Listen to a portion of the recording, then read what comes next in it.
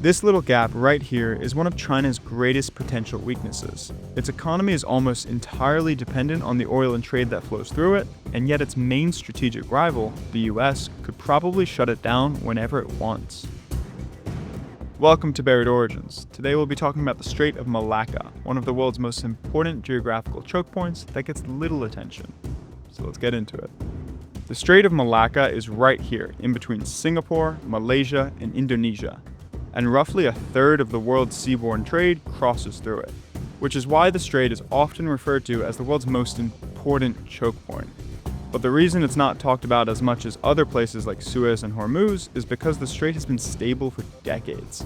But that stability could change in an instant, because a full 80% of China's oil imports and 60% of the country's overall trade crosses through it, and its main strategic rival, the US, is the world's dominant naval power, so it can theoretically attempt to blockade the strait to put immense pressure on China. Now that's a dramatic scenario and would likely crash the world economy, but there is one very plausible event which could push the US to do this: the Chinese invasion of Taiwan, an island that China has sworn to retake, and which the US has significant interest in defending. But rather than risk US warships by defending Taiwan, a scenario in which the US is almost guaranteed to take heavy casualties and in which victory is far from assured, it might instead seek to blockade the strait by boarding and seizing cargo ships in an attempt to strangle the Chinese economy and force it to abandon the invasion. In response, China could very likely try to force the strait open militarily, as it would have few other options for trade and oil imports, given the limitations of moving both over land. Although it does have anywhere from 2 to 3 months worth of petroleum in its strategic reserve, which it could stretch much further if it rationed it. So let's review the balance of power in a theoretical non-nuclear clash between the two to understand why a blockade would be devastating for China. Now, China has the world's largest navy, but that comes with a massive caveat. Its military development has primarily focused on protecting its coastline and operating in the South and East China Seas, an area known as the First Island Chain. Beyond that, its blue water capabilities, the term for a fleet's ability to operate far from home ports, is significantly weaker. Roughly 40 to 50% of the Chinese Navy's massive fleet of 370 ships are littoral, meaning that they can only operate close to coastlines. They don't even have enough fuel capacity to stray too far from their home port, nor are they the type of ships that pack serious firepower. And when you compare that to the US Navy, a very stark gap in capability becomes apparent, because the US Navy, at 295 ships, is built almost exclusively to operate on a global scale extremely far away from its home ports. So it has a huge fleet of logistics and replenishment ships, and the core of the US Navy's power, its aircraft carriers and its submarines, are nuclear powered so that they can operate for several months at a time without needing to go to port as long as they are resupplied at sea with food, aircraft fuel, and munitions.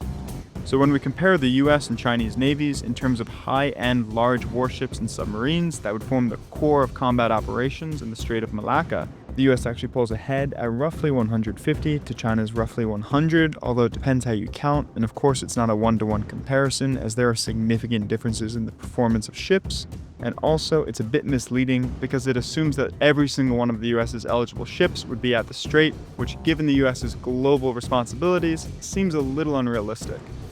But at the same time, that numerical comparison also assumes that all of China's blue water navy would be available and not tied down in its invasion of Taiwan, which is highly unlikely given that those ships would definitely be needed to support that invasion.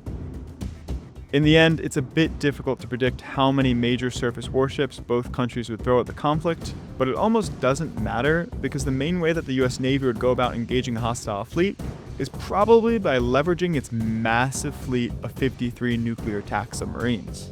The US Navy's nuclear submarines, which are among the most advanced and stealthy submarines in the world, are a key reason why the US Navy is overwhelmingly lethal in blue sea operations.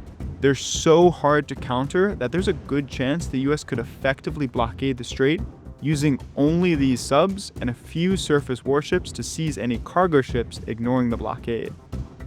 Now, the Chinese military does have some anti-submarine warfare capabilities, but they're mostly centered around the Chinese coastline, and China's own submarine fleet is mostly littoral, so they can't even reach the Strait of Malacca in order to engage in combat operations.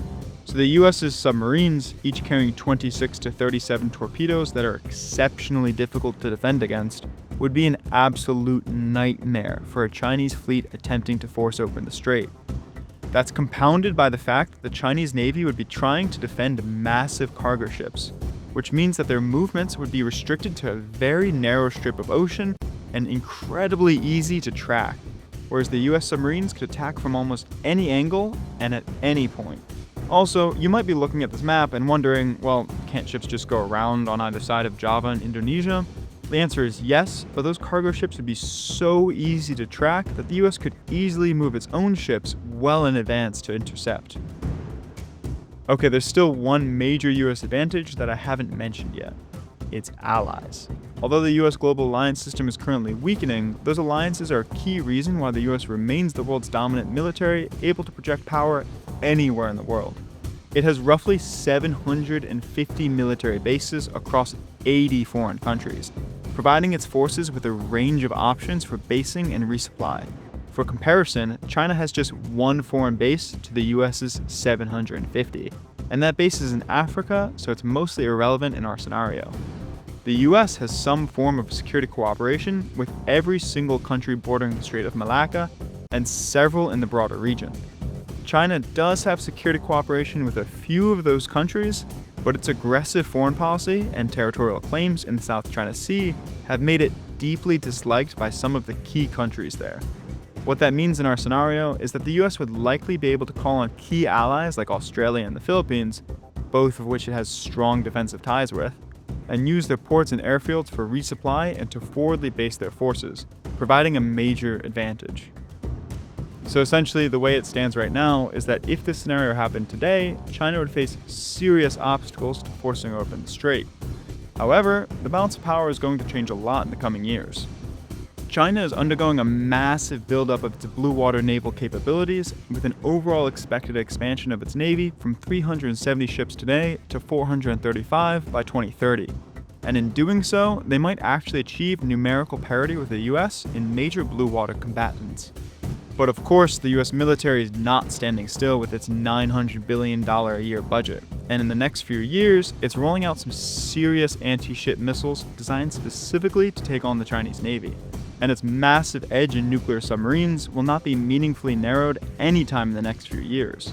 Yet still, as time goes on, it will certainly become more difficult for the US to win a fight over the strait. Well, I hope you enjoyed reviewing how the Strait of Malacca is one of China's greatest vulnerabilities by going through that scenario. If you did, please like and subscribe. See ya.